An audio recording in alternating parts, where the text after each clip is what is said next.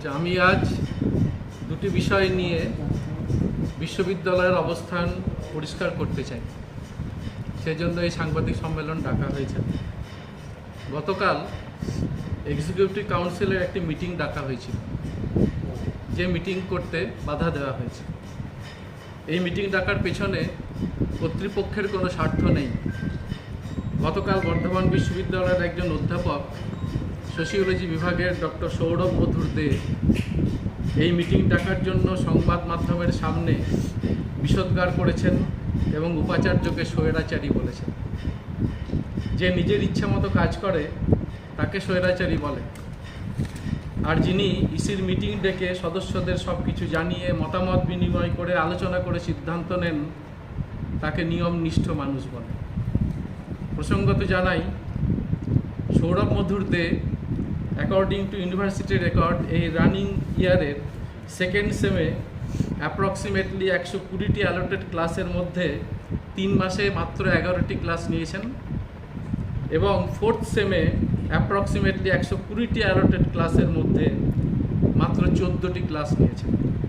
তিনি নিজে কতটা স্বৈরাচারী ভেবে দেখার সময় হয়েছে। প্রায় 50 জন অধ্যাপক, আধিকারিক এবং শিক্ষাকর্মী বন্ধুর প্রমোশন দীর্ঘ কয়েক বছর ধরে আটকে রেখেছিলেন পূর্বতন উপাচার্য ডক্টর নিমাই চন্দ্র সাহা।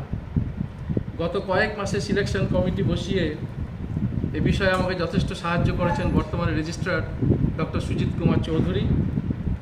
প্রমোশনের কাগজ রেডি করে রেখেছি, কিন্তু আমি নিরুপায়। ইসির অনুমোদন ছাড়া এই প্রমোশন লাগু করা যাচ্ছে না।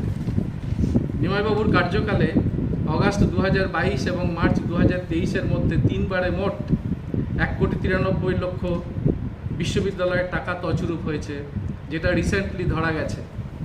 বিশ্ববিদ্যালয় কর্তৃপক্ষ একটি মজবুত এনকোয়ারি কমিটি, একটি স্পেশাল অডিট কমিটি এবং একটি ইন্টারনাল অডিট কমিটি তৈরি করেছিল। বিশ্ববিদ্যালয় কর্তৃপক্ষের বিরুদ্ধে জনৈক এক্স এমপ্লয়ি একটা কেস করেছেন এবং বলেছেন কর্তৃপক্ষ নাকি এই বিরুদ্ধে কোনো ব্যবস্থা নেয়নি।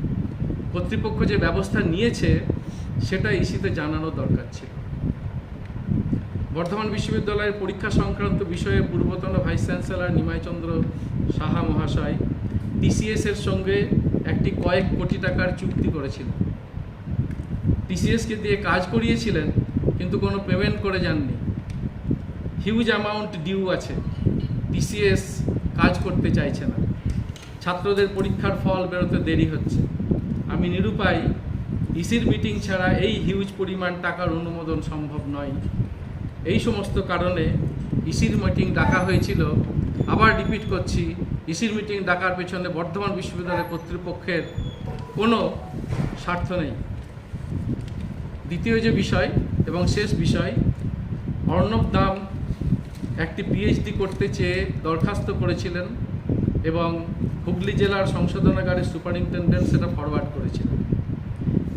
বিচারাধীন বন্দি না ভেবে তাকে একজন ছাত্র ভেবেছি, যা আমার স্বভাবজাত। এই জন্য আমি সঙ্গে সঙ্গে অর্ণবের ইন্টারভিউতে বসার ব্যবস্থা করে দিই। ছাত্র দরদি এবং শিক্ষানুরাগী হিসেবেই আমার পরিচিতি। ইন্টারভিউ হওয়ার পর মেরিট লিস্ট আমার কাছে আসা মাত্রই সানন্দে তাতে অ্যাপ্রুভাল দিই এবং রেজাল্ট পাবলিশ হয়। এটাও আমার সদিচ্ছার পরিচয়। এখানে বিভাগের আন্তরিকতার বা ইতিবাচকতার কোনো প্রশ্ন নেই। এর মধ্যে কিছু বিষয় সামনে আসে। তার মধ্যে অর্ণবের security during physically commencing course work, যেটা ইউজিসির নিয়ম অনুযায়ী কম্পালসারি টাস্ক। দ্বিতীয়টি, সংশোধনাগার কর্তৃপক্ষের কাছে কারা দপ্তরের ঊর্ধ্বতন কর্তৃপক্ষের কোনো অনুমোদন আছে কিনা এবং এই মর্মে কোর্টের কোনো নির্দেশিকা আছে কিনা। 9 তারিখে সংশোধনাগার কর্তৃপক্ষকে আমাদের মাননীয় রেজিস্ট্রার একটি ইমেল পাঠান একটি ইমেল আইডিতে।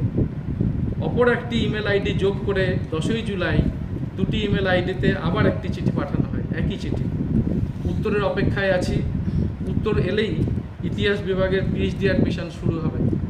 আমাদের সদিচ্ছা আছে, আন্তরিকতা আছে বলেই ইতিহাস বিভাগের পুরো বিষয়টিকেই আমরা কিছুদিনের জন্য স্থগিত রেখেছি। উল্লেখ করা ভালো যে বিএ, বিএসসি, এমএ, এমএসসি পরীক্ষা খুব অল্প সময়ের মধ্যে সেমিস্টারগুলো শুরু হয়, শেষ হয়, কিন্তু পিএইচডি করবার জন্য 3 বছরের আগে থিসিস জমা দেওয়া যায় না এবং 6 বছরের মধ্যে থিসিস জমা দিতে হয় বিশ্ববিদ্যালয়ের নিয়ম অনুযায়ী। তাই 10-20 দিন পেছনে সামনে হলে পরে খুব একটা কোনো অসুবিধা হয় না। আর যারা ফেলোশিপ হোল্ডার, যেদিন থেকে তাদের এই অ্যাডমিশন শুরু হবে তারা সেদিন থেকেই 4 বছর বা 5 বছর তাদের যে অ্যালটমেন্ট সেই অনুযায়ী তারা ফেলোশিপ পাবেন, কোনোভাবেই তারা ডিপ্রাইভ হবেন না।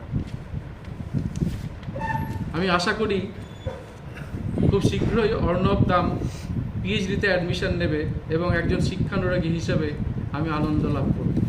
অ্যাকচুয়ালি এরপর বিভাগের আন্তরিকতা দেখানোর বিষয়টা শুরু হবে। বিভাগ কতটা আন্তরিকতা এবং ইতিবাচকতা দেখাচ্ছে সেদিকে আশা করি সকলের নজর থাকবে।